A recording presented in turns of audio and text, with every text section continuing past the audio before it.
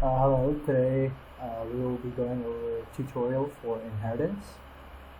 So inheritance is a mechanism where one class can acquire and use the properties of another, and it allows you to reuse the code of an existing class instead of rewriting the same code for a new one. So for example, let's say class B extends class A. Extends means you're deriving the properties and functionalities of one class from an already existing one. So in this class B extends class A example, class A is the superclass and class B is the subclass. And in this doctor surgeon example here, the doctor class would be the superclass with the method doctor details, and surgeon extends doctor, so surgeon would be a subclass of doctor. So we'd have access to the doctor details method as well as the surgeon details method, which is shown in the hospital class.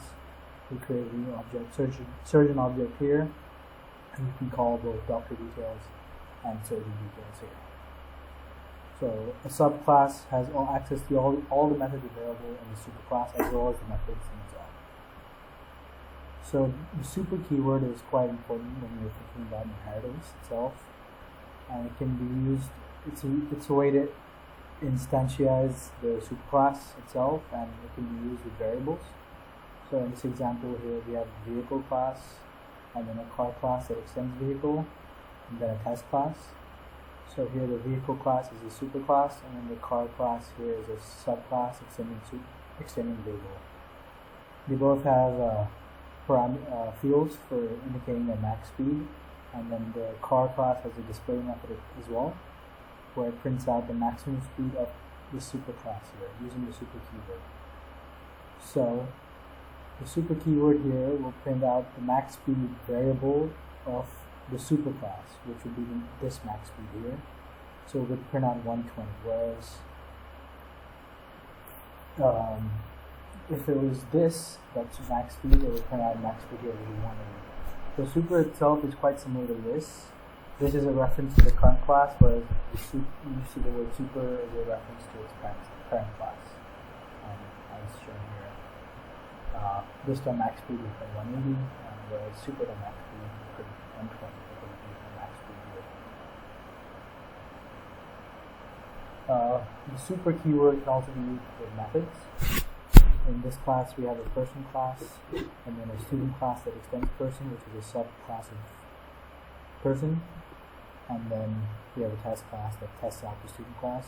In the student class here, we have a message method, which prints out the student class. The person class also has a message method, which prints out this is a person class. So the student class here, the message method will overwrite the message method from person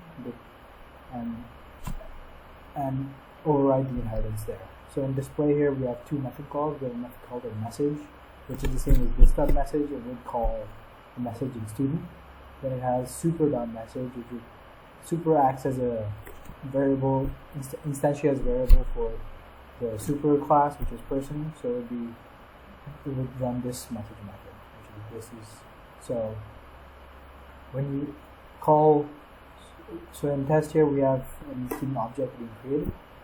So when you call s.display, the following will happen.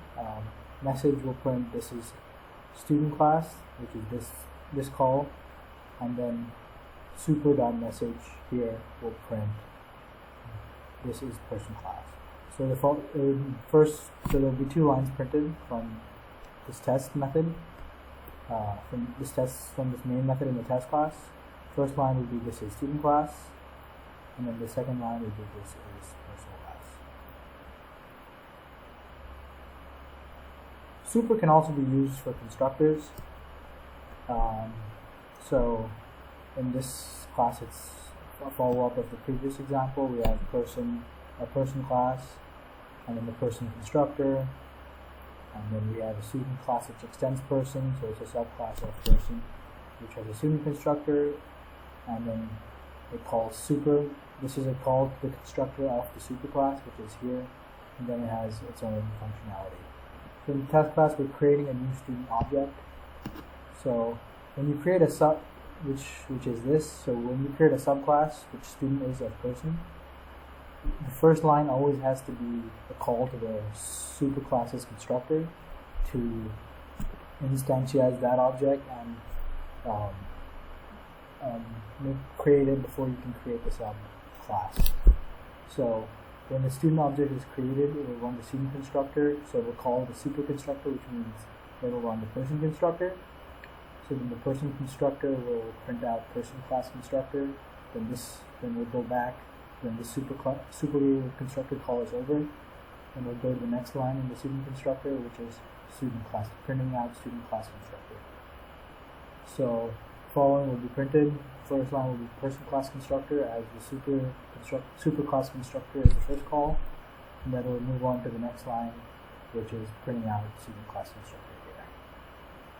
So the parent class constructor must always run before the child class constructor, as the child class constructors are inheriting the properties of the parent class. So in this case, person would be the parent class. So you must always create that before you can create the student class, which extends person. So that's a summary of inheritance and a general introduction to the basics. I hope it was helpful.